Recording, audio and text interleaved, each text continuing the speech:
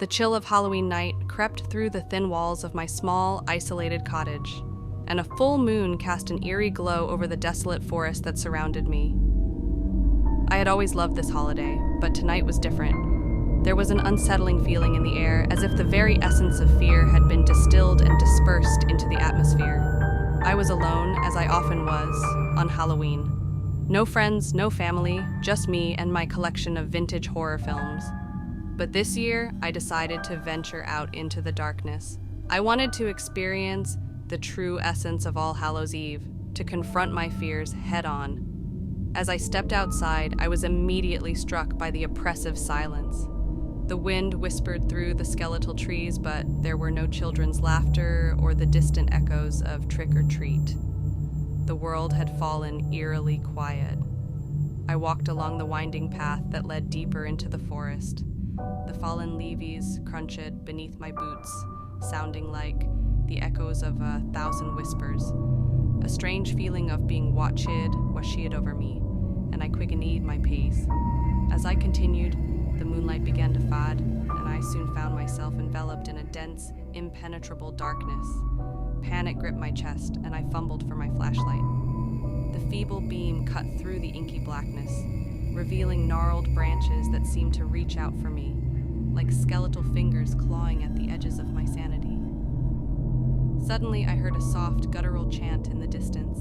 It was a haunting melody, as if the very earth itself was mourning. My heart raced, and I couldn't help but follow the sound. The chant led me deeper into the forest, and with every step, the darkness thickened and the dread intensified.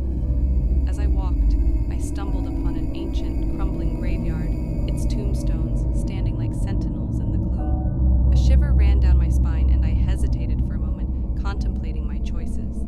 But the chant grew louder and more insistent, a hypnotic siren's call that pulled me deeper into the cemetery.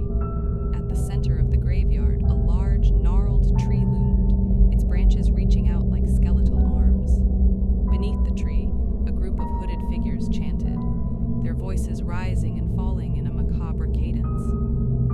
I couldn't make out their faces, but I knew they weren't human. As I watched in silent terror, the figures raised their hands and, as one, they turned their heads towards me. Their eyes glowed with an unnatural, malevolent light. I was paralyzed with fear, unable to move as they began to approach. The chant grew louder, and the air grew colder, as if the very essence of my being was being drained away. The figures drew closer, and I could feel their icy touch upon my skin, their bony fingers clutching at my soul. In a final, desperate act, I raised my flashlight and shone it upon them, revealing their grotesque, decaying faces. The very sight of them sent a surge of terror through my veins, and I screamed. The figures recoiled, their unholy chant fading into a mournful wail, and they retreated into the darkness.